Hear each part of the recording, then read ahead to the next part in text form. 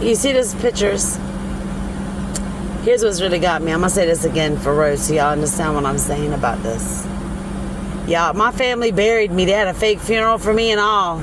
Pretended to tell everybody I committed suicide and everything because of this family's secret they were trying to keep hush-hush. So what they're not telling you is that the perpetrator has had more access to Gigi since she came out here to America. They're not telling y'all that. But everybody's in fear of this person. Except for me.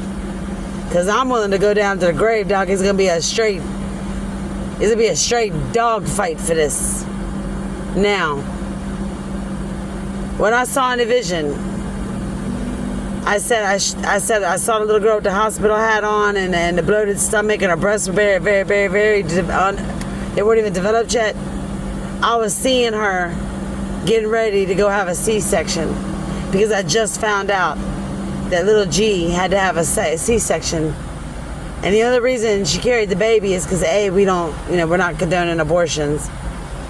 Everybody has the right to choose. But the only way to prove that this person did it was to have the baby. So that happened. And she gave birth to a little boy by C-section. And the amount of people from Facebook group chat and the rest that have been involved in the cover-up, from Fort Walton, One Hopeful Place, to Brunswick, Georgia, to Jacksonville, Florida. Family, enemies. And when I say enemies, I'm talking about the tittles. I'm talking about flicking the tittles. I'm talking about Tina Chisholm, Will Chisholm, Jamie Stevens, who used to be Nikki Gullum. I'm talking about everybody had a hand in this because the perpetrator, this was not this skinny, flat washboard boy's first time doing this. It was not their first time doing this. It's just they happened to get caught with Gigi because she had the baby. Otherwise, they'd have never got caught. They'd have just continued doing what they're doing. But just so you understand the vision of Gigi in the hospital room or in the bathroom getting ready to go into surgery, I guess, to get her C-section because she couldn't birth the baby naturally. I saw the man on the bed. I saw him when he left the bedroom. He had in the vision, and it wasn't like I was there, but he had his jeans, his brown buckle, and his boxers around his knees. He had speckled body dots all over his legs, upper thighs, and ass. Flat as a washboard, looked like a walking skeleton. He didn't even bother lifting up his pants when he left the bedroom. He had a big sore in the middle of his backside, right above his ass crack. And I'm gonna put it bluntly.